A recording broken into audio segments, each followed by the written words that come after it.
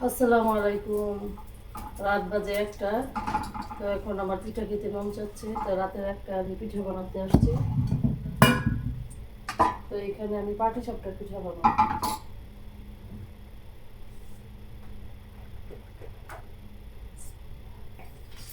তেলটা একটু বেশি পড়ে গেছে, তো আমি একটু কমিয়ে নিচ্ছি। বিসমিল্লাহ।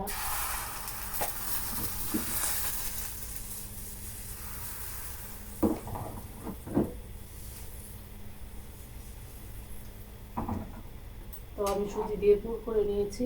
এখানে সুজি, নারিকেল, দুধ এগুলো আমি দিয়ে দিয়েছি।